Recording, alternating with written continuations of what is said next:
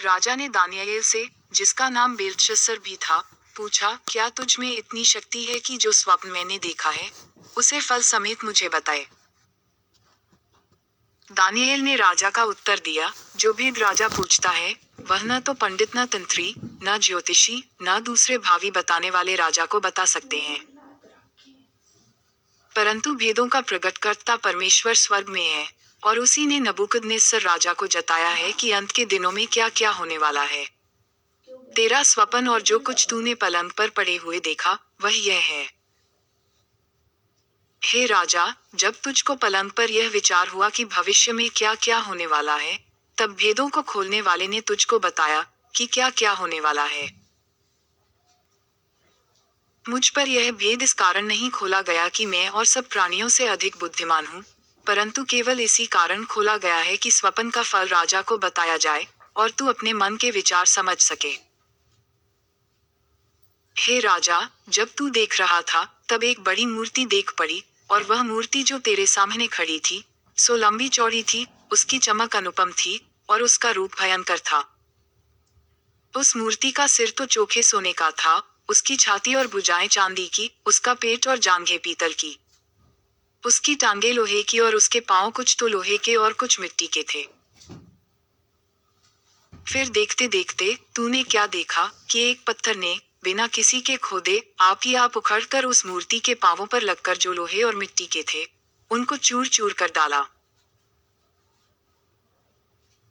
तब लोहा, मिट्टी, पीतल, चांदी और सोना भी सब चूर चूर हो गए, और धूपकाल में खलिहानों के भूसे की नाई हवा से ऐसे उड़ गए कि उनका कहीं पता न रहा, और वह पत्थर जो मूर्ति पर लगा था वह बड़ा पहाड़ बनकर सारी पृथ्वी में फैल गया।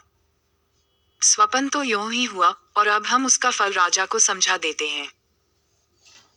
हे राजा, तू तो महाराजाधिराज है, क्योंकि स्वर्ग के परमेश्वर ने तुझको राज्य, सामर्थ, शक्ति और महिमा दी है। और जहाँ कहीं मनुष्य पाए जाते हैं वहाँ उसने उन सबों को, और मैदान के जीव जंतु और आकाश के पक्षी भी तेरे वश में कर दिए हैं, और तुझको उन सब का अधिकारी ठहराया है। यह सोने का सिर तू ही है।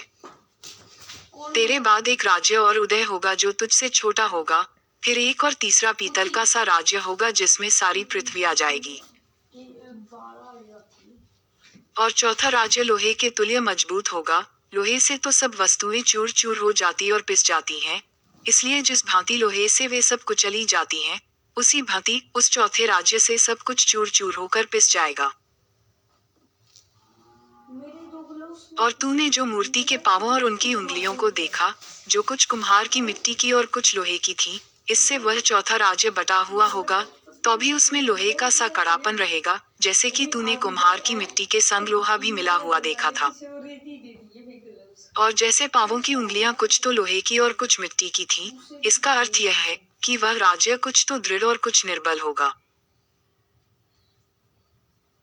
और तूने जो लोहे को कुम्हार की मिट्टी के संग मिला हुआ देखा, इसका अर्थ यह है कि उस राज्य के लोग एक दूसरे मनुष्यों से मिले जुले तो रहेंगे, परंतु जैसे लोहा मिट्टी के साथ मेल नहीं खाता, वैसे ही वे भी एक न बने रहेंगे।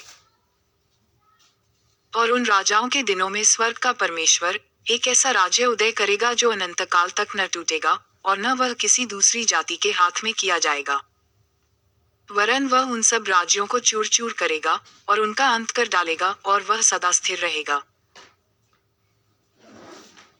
जैसा तूने देखा कि एक पत्थर किसी के हाथ के बिन खोदे पहाड़ में से उखड़ा, और उसने लोहे, पीतल, मिट्टी, चांदी और सोने को चूर चूर किया, इसी रीति महान परमेश्वर ने राजा को जताया है कि इसके बाद क्या क्या होने वाला है। न स्वप्न में और न उसके फल में कुछ संदेह है। इतना सुनकर नबूकदनेस्सर राजा ने मुंह के बल गिरकर दानियेल को दंडवत की, और आज्ञा दी कि उसको भेंट चढ़ाओ और उसके सामने सुगंध वस्तु जलाओ। फिर राजा ने दानियेल से कहा, सच तो यह है कि तुम लोगों का परमेश्वर, सब ईश्वरों का ईश्वर, राजाओं का राजा और भेदों का खोलने वाला है, इसलिए तू यह भेद प्रकट कर पाया। तब राजा ने दानियेल का पद बड़ा किया और उसको बहुत से बड़े बड़े दान दिए, और यह आज्ञा दी कि वह बाबुल के सारे प्रांत पर हाकिम और बाबुल के सब पंडितों पर मुख्य प्रधान बने। तब दानियेल के विनती करने से राजा ने शद्रक, मेशक और अबेदनगो को बाबुल के प्रांत के कार्य के ऊपर नियुक्त कर दिया। परंतु दानियेल आप ही राजा के दरबार में रहा करता था।